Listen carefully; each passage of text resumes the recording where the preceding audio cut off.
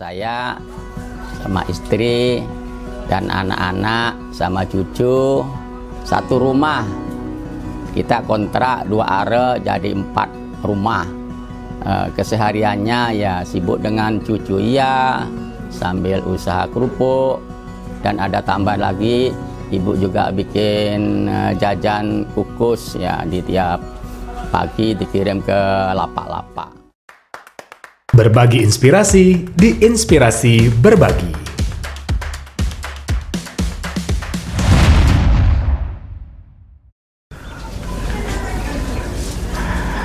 Assalamualaikum warahmatullahi wabarakatuh. Halo Sobat Inspirasi, tentunya kita ketemu lagi di Inspirasi Berbagi. Sobat Inspirasi, kayaknya kita harus cari tahu nih sama sosok guru ngaji yang sangat luar biasa. Beliau melihat peluang bahwa ternyata kulit ikan tuna yang mungkin tidak digunakan, dibuang begitu saja, akhirnya bisa menjadi produksi rambak ikan tuna yang enak banget. Guru ngaji akhirnya bisa jadi pengusaha. Seperti apa sih kisah beliau? Kita akan cari tahu selengkapnya hanya di Inspirasi Berbagi. Selamat menyaksikan. Assalamualaikum warahmatullahi wabarakatuh.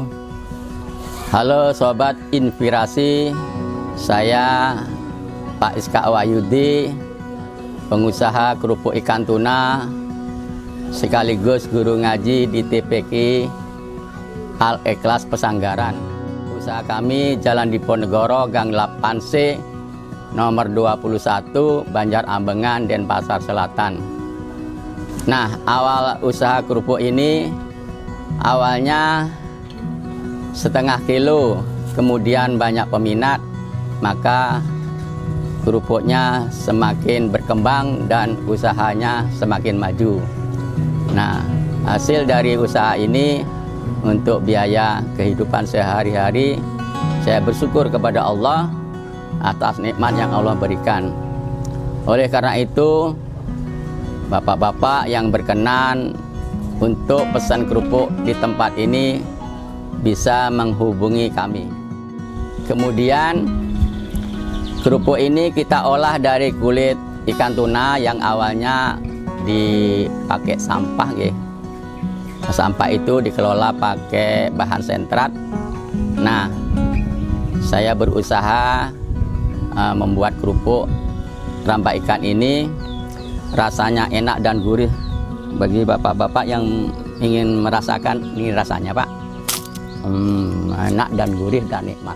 Awalnya ada teman suruh jualin ya kering itu setengah kilo. Setelah saya jual kok laku, dan setelah banyak yang menanyakan hal itu, saya berusaha menghubungi perusahaan dan saya berusaha beli di sana.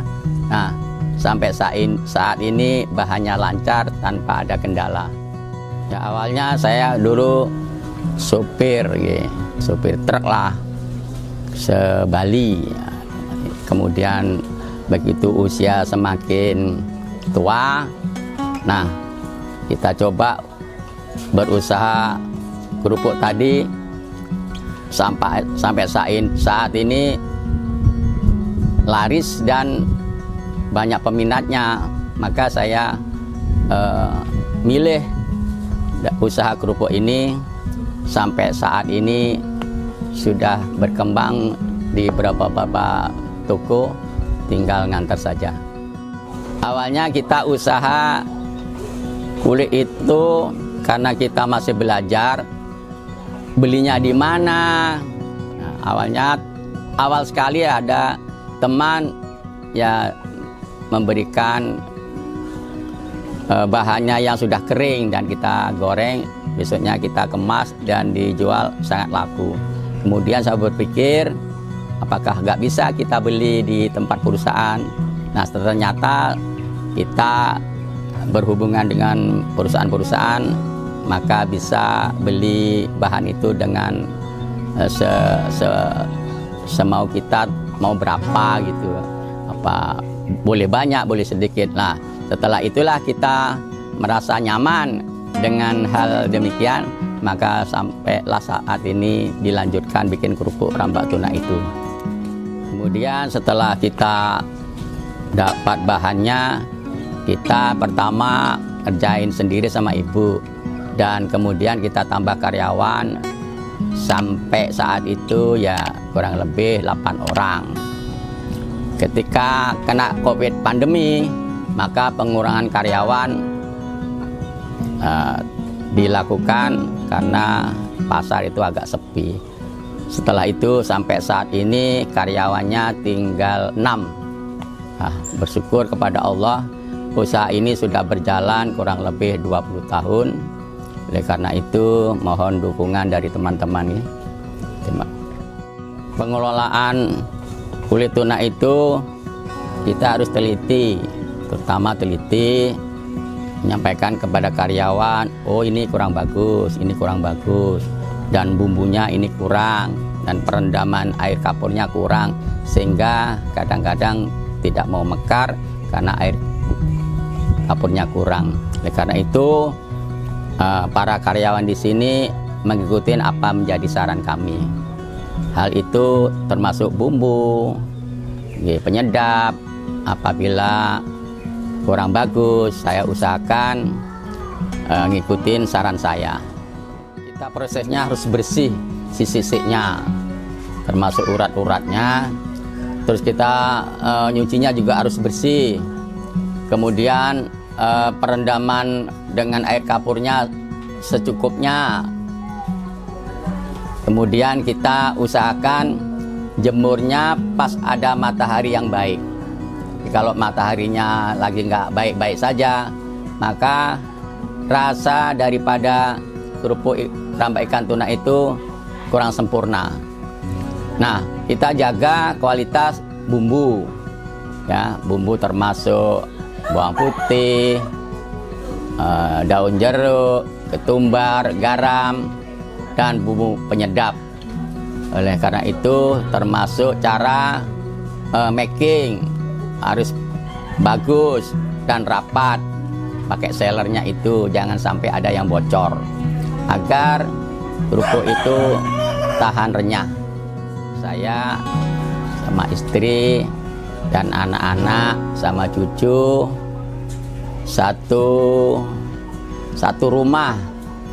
Kita kontrak 2 are jadi 4 rumah. Kesehariannya ya sibuk dengan cucu iya, sambil usaha kerupuk, dan ada tambah lagi ibu juga bikin jajan kukus ya, di tiap pagi dikirim ke lapak-lapak.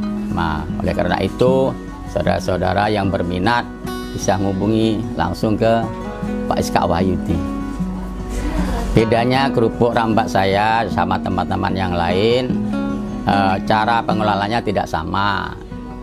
Karena tempat kami ini rambak itu harus direndam pakai air kapur, pembersih, dan di samping itu menghilangkan rasa amis. Kalau di tempat lain beda karena mereka tidak dijemur dan tidak direbus. Masalah limbah, kita usahakan limbah pertama kita bikin tempat saringan awal, kemudian saringan kedua, terakhir saringan tempat limbah yang ketiga, itu yang paling dalam sekitar 2 meter persegi. Nanti limbah itu airnya keluar dengan bersih lewat sungai ini, sungai kecil ini. Oleh karena itu selama ini sudah 20 tahun usaha ini, dan saya tempat di sini sudah 13 tahun. Dulunya di awal di depan, sampai saat ini tidak merasakan rasa amis atau bau. Dan limbah sisik-sisiknya dan urat-uratnya kita usahakan kita bungkus, masukkan di dalam freezer, jadi beku. Nanti pengirimannya ke benua, nanti benua langsung ke pengambungan negara. Kalau awalnya kita jual ke toko-toko makanan kayak di benua itu ya, kecil-kecilan awalnya. Kemudian setelah tahu nomor teleponnya, beliau di toko-toko pada minta agar dikasih kerupuk itu. Nah sekarang yang ada di Pasar Sangla ada kerupuk saya, di Pasar Suwung, Pasar Pemogan, ada di Monang Maning, dan Sitokaryo, dan masih banyak lagi. Dan salesnya yang akan mengelilingkan kerupuk itu. Makanya sampai di daerah-daerah di luar Denpasar mungkin ada kerupuk saya dikasih. Jadi selama usaha 20 tahun ini sudah menyekolahkan anak-anak, sampai saat ini keduanya sudah nikah dan punya anak satu-satu. Saya bersyukur kepada Allah Subhanahu wa Ta'ala telah membimbing saya. Semoga saya panjang umur. Dan harapan kami, kalau saya sudah tidak sanggup, ada nanti penerusnya anak saya. Itu yang karena apa? Ini adalah produk awalnya susah, mungkin sekarang sudah jalan dan pelanggan-pelanggan sudah ada, tinggal nerusin saja. Mudah-mudahan perjalanan ini bisa manfaat bagi kita semua. Kalau karyawan ya satu menantu, biar ada kerjaan, kemudian tetangga sebelah yang dekat-dekat aja, biar mudah untuk datangnya, ya, nggak terlalu jauh. Adapun karyawannya saat ini ya kurang lebih 6 orang, ya. Bagian packing, contohnya ibu-ibu ada 4 yang mengelola, ada 2. Sampai saat ini berjalan dengan lancar. Ya, niat saya bantu ibu-ibu daripada nganggur, gitu. Saya usahakan bekerja sini untuk membantu, ya tidak banyak, paling enggak ada kegiatan, bisa usaha bareng-bareng membantu saya. Dan terima kasih kepada karyawan-karyawan kami telah membantu kami dan selalu giat bekerja.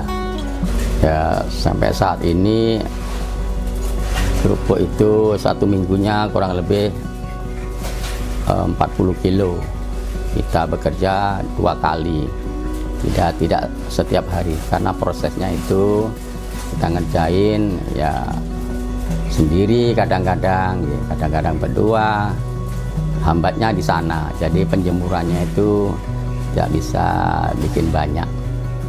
Bisa beliau membantu kami, terutama beli alat-alatnya, tempat packing, mesin-mesin seller dan lain sebagainya, telah membantu kami. Saya rasa mudah-mudahan kelanjutannya lebih baik lagi. Untuk dari provinsi, dari dinas perikanan sudah mengunjungi kami. Setelah dicek keadaan di sini memenuhi syarat dan baik. Sebelum usaha ini saya sudah ngajar di TPQ Aklias Pesanggaran, tapi malam, bisanya malam ya. Sampai saat ini ya, kalau dari tahun ke tahun, karena itu saya senang sama anak-anak itu. Jadi rasa penek itu hilang kalau ketemu murid-murid. Kita cerita tentang kisah-kisah Nabi, tentang kubur, siksa kubur, neraka dan lain sebagainya. Karena itu mudah-mudahan teman-teman yang berjuang bersama Haja Sunarni, ya, guru utamanya, mudah-mudahan beliau diberi kesehatan. Untuk istriku namanya Eni Sunarsi, mohon dengan hati yang paling dalam supaya sabar membimbing anak-anak dan termasuk saya. Dan saya selalu mendoakan kepada istri saya, mudah-mudahan menjadi istri yang solehah. Nanti kita menabung bareng-bareng ya Dek ya. Kita usahakan bisa umroh paling tidak. Jadi sobat inspirasi yang telah menayangkan lewat video ini, saya mengucapkan terima kasih sedalam-dalamnya atas nama Pak Iska Wahyudi, atas apa yang saya sampaikan. Mungkin ya ada kekhilafan dan kekurangannya. Mohon dukungan dari semua teman-teman. Marilah kita berusaha sedapat mungkin sehingga bisa mencukupi untuk kebutuhan kita. Belajarlah paling tidak dari bahan yang tidak manfaat jadi manfaat. Demikian, wassalamualaikum warahmatullahi wabarakatuh. Sobat Inspirasi, dari seorang Pak Iska kita bisa belajar banyak ya, bahwa ternyata dari limbah atau sesuatu yang mungkin dianggap sampah, tidak berguna, sampai akhirnya bisa dimanfaatkan dan bermanfaat tentunya ya.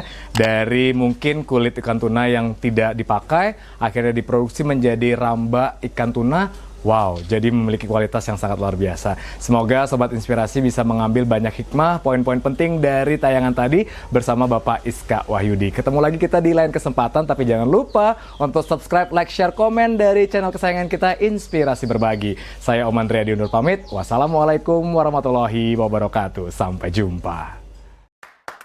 Berbagi inspirasi di Inspirasi Berbagi.